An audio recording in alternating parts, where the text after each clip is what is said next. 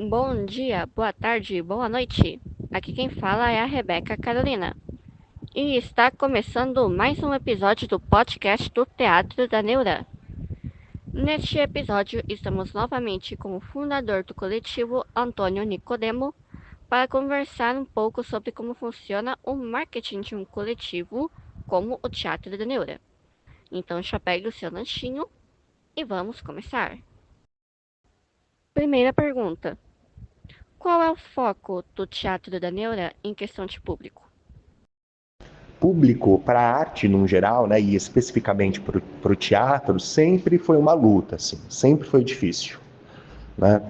Às vezes com os ingressos a preço extremamente populares ou até mesmo apresentações gratuitas, ter público, ir atrás de público, formar este público, sempre é um trabalho muito árduo, né? O Teatro da Neura durante muito tempo teve a movimentação e o desenho. A gente sempre desenhou estreias de espetáculos que culminavam de um mês a um mês e meio em temporada, principalmente nos sábados e domingos. Tiveram vezes que a gente fez sábado, domingo e segunda, para também conseguir atingir um outro tipo de público. A gente dificilmente estreava um espetáculo com apresentações únicas ou muito espaçadas, né? O que hoje em dia também já mudou muito a realidade, porque não temos mais o espaço N, o mundo é outro, a cidade é outra, o Brasil é outro. Mas algumas dificuldades enquanto o público se mantém. Então a questão das pessoas irem ao teatro é uma das grandes buscas do Teatro da Neura. Hoje em dia, até por conta de toda uma mudança geracional, a gente consegue perceber que existe um novo público aqui na cidade e na região, para além de fazedores do teatro, mas também mas existe um público que ainda não teve contato com o Teatro da Neura, né? Pessoas que nunca nos assistiram, isso por uma questão geracional mesmo. Então esse também é um dos nossos grandes focos, creio eu, sabe? Se apresentar para novos públicos, para esse novo público, reaproximar o nosso público cativo que temos, né? A gente tem uma galera que sempre acompanhou as nossas produções e todas as nossas movimentações. Então acho que se manter nessa provocação da criação de público e da manutenção da permanência deste público de encontro com as nossas obras, né? Segunda pergunta. Quais as principais redes sociais utilizadas pelo Teatro da Neura? Ultimamente, o foco maior do Teatro da Neura é no trabalho via Instagram.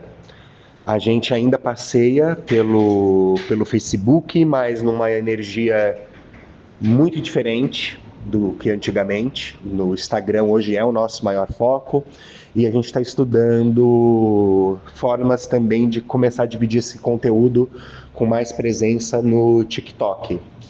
Mas o Instagram é onde a gente faz as nossas séries de vídeo, é onde a gente divulga a oficina, espetáculo, sala de criação. A interação hoje do Teatro da Neura com grande parte do público é via Instagram. Terceira pergunta. Como era o marketing antes da internet? Antes da internet, porque hoje em dia tudo é a partir dela e com ela, né? Antes da internet, nós fazíamos flyers, folders, cartazes impressos, distribuíamos esses cartazes pela cidade, nas unidades relacionadas aos movimentos culturais, né? Centros culturais, casas artísticas, panfletávamos no semáforo, deixávamos esses flyers junto com os cartazes nesses lugares, íamos na saída de determinados eventos, na entrada ou na saída de determinados eventos onde a gente sabia que teria um público possível de nos assistir e panfletávamos a estreia ou a temporada nesses lugares. Então era uma movimentação 100% impressa e de presença física, que demandava da gente também uma outra energia, um outro tempo, um outro tipo de articulação. Quarta pergunta. Era mais fácil atrair o público antigamente ou hoje em dia? Olha, Rebeca, dizer para você que eu percebo as mesmas dificuldades, não consigo mensurar para você se era mais fácil antes ou agora, porque é óbvio que agora com a rapidez e a facilidade, a agilidade de algumas coisas que a internet traz, faz com que a gente consiga propor novas formas de divulgação. Mas isso também não garante que o público vai estar presente. Né? Às vezes a gente solta alguma mídia, alguma divulgação, ela faz um puta barulho legal na internet, e quando a gente vai na hora da apresentação, a gente é surpreendido com uma quantia muito menor de público. Então, eu ainda insisto que a questão do público, seja anterior a isso ou agora, ela é um movimento de lapidação e insistência. Seja com ingresso gratuito, seja com ingresso pago, eu acho que com ou sem internet há uma atmosfera muito maior enquanto cultura nossa mesmo, né, de se ir ao teatro. Por vezes você paga, e não, isso não é uma crítica, mas você paga R$ 60 num ingresso de cinema, ou você chega a passar de cento e poucos reais para assistir um grande musical no centro de São Paulo, mas você não paga R$ 20 para ir assistir a peça de um grupo que está atrás do seu bairro, ou no seu bairro, ou na sua cidade mesmo, né? Então, ainda também se tem, fazendo um recorte para a nossa região, ainda se tem um espectro antigo, mas que se mantém até hoje, né, que é coisas de qualidade e coisas que valem a pena serem vistas, elas estão no centro e não perto de mim, o que é uma mentira, né? Então, eu ainda fico nessa ponderação da sua pergunta. Óbvio, tem muitas facilidades para você poder atrair o público hoje por causa da internet, mas não garante que eles estarão presentes. É realmente um trabalho de formiguinha, assim, né? De insistência, de comunicação, de divulgação. Quinta pergunta. Qual a imagem que o Teatro da Neura busca passar? Eu acredito que a imagem que o Teatro da Neura espera passar, busca passar, e a gente nunca teve essa conversa de um âmbito, né? O que fora daqui as pessoas precisam ver sobre nós. Porque eu acho que o movimento sempre foi muito espontâneo. E eu acredito que o que a gente busca passar também é espontâneo e acaba vindo mediante a fase que o grupo está.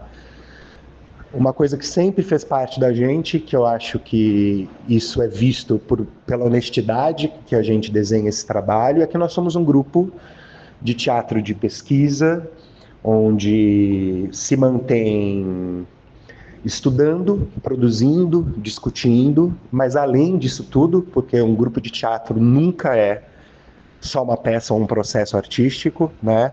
Nós somos um grupo de pessoas que trabalham e vivem juntas, com o teatro, pelo teatro, mas também por outras frentes, né?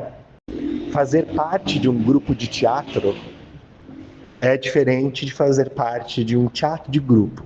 Parece que é só uma movimentaçãozinha das palavras aí, uma inversão, mas faz muita diferença, sabe?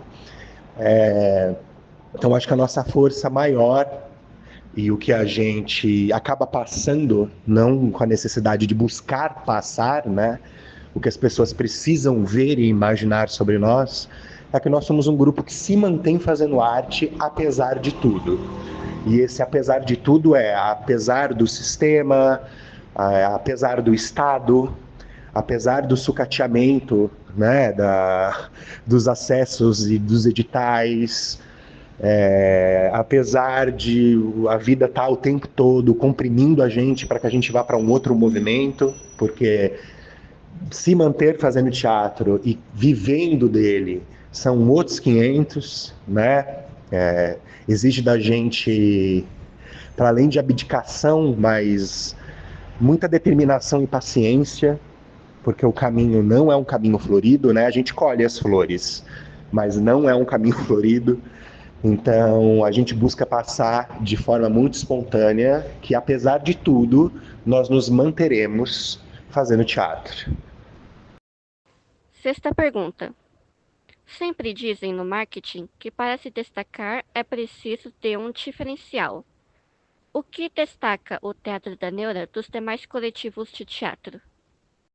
Hoje, com a realidade da internet, o consumo da internet, né, e tudo que ela propõe para a gente, e aí, se a gente for recortando cada vez mais, né, chegando nas redes sociais e de forma direta o Instagram, que hoje é o nosso maior braço de divulgação, eu acredito muito que o primeiro contato que o público vai ter com a obra é a divulgação. O primeiro contato imagético e conceitual que o público vai ter com o que você vai mostrar é o que você vai postar, seja em produção audiovisual, que é uma das coisas que a gente sempre fez e cada vez mais zela pela continuidade e qualidade disso, mas a primeira coisa que o público vai ver é a danada da postagem.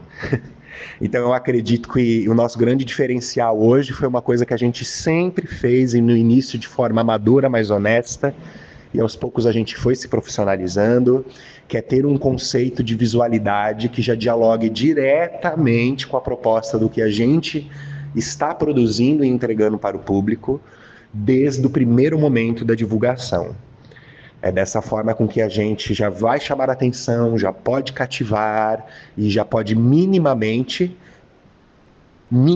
porque a internet te dá essa sensação de grandeza, mas é uma especulação extremamente artificial, não.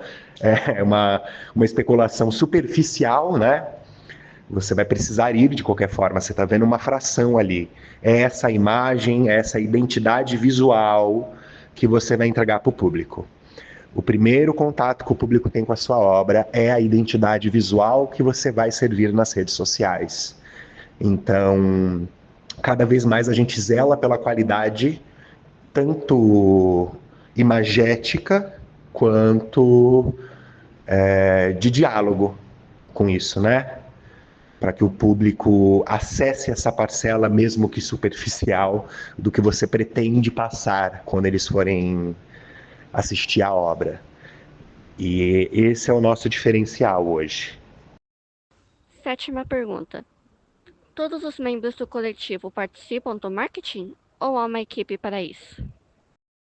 Todos os membros, em algum momento, já interferiu de forma direta nesse conceito da divulgação e nesse movimento do marketing, né? Sempre vai ter uma ou mais figuras que vão liderar isso enquanto ferramenta, produção e pós-produção disso, né? Captação e edição, quando forem as obras audiovisuais, pesquisa e montagem desse conceito quando for uma arte gráfica, mas tudo antes de ser postado, se não foi interferido pelo coletivo durante a produção, é interferido pelo coletivo antes da apresentação disso para o público. Isso sempre vai passar para o coletivo, né? Ó, pensamos isso, a arte é essa. E a gente joga para o mundo, né? Nunca ninguém foi pego de surpresa. Tipo, ó, essa é a identidade da peça que você faz. Essa é a identidade de determinado sarau ou mostra que você está conduzindo, né? Seja de forma ou apenas assistindo ou querendo interferir, o coletivo sempre vai saber o que está sendo feito. Oitava pergunta. Qual o maior desafio de se fazer o marketing de um coletivo de teatro? Olha, no atual momento, porque isso também vai variar, no atual momento é a sequência disso, né? A continuidade dessa produção. Porque nós também nos desdobramos em outras frentes dentro do grupo e em outras frentes da nossa vida, né? Nós em particular, nós indivíduo, junto com esse nós coletivo aqui. Então, se manter produzindo isso, porque é uma coisa que vai tempo de elaboração, vai tempo de produção, é a maior questão, assim, de desafio. Hoje em dia nós temos também algumas pessoas que auxiliam a gente nessa demanda, né? Às vezes, determinada produção possibilita que a gente convide, contrate algumas figuras que vão exatamente entrar dentro dessa lacuna que é conseguir fazer com que essa roda de produção e comunicação gire, independente das nossas agendas e das nossas demandas, mas não é sempre que a gente consegue ter esse capricho. Nona pergunta. Financeiramente, o marketing é bancado de forma independente ou alguma instituição ou órgão público ou empresa ajuda? Olha, 90% de toda essa movimentação de comunicação, marketing, rede social que a gente faz há anos é na força e na guerrilha do grupo. Algumas figuras dentro do coletivo vão se destacar por já trabalharem com isso ou saberem trabalhar com isso, então se desdobram em mais uma frente, né? Determinado artista do grupo manja de gravar e editar, um outro manja de designer gráfico, então nós estamos o tempo todo nos dividindo em mais de uma função para conseguir fazer essa comunicação e marketing rolar, sem aporte financeiro. Quando a gente precisa divulgar algo, isso vai sair do caixa do grupo, ou isso, se não tiver dinheiro no caixa do grupo, vai sair do bolso dos artistas, porque a gente entende a importância disso.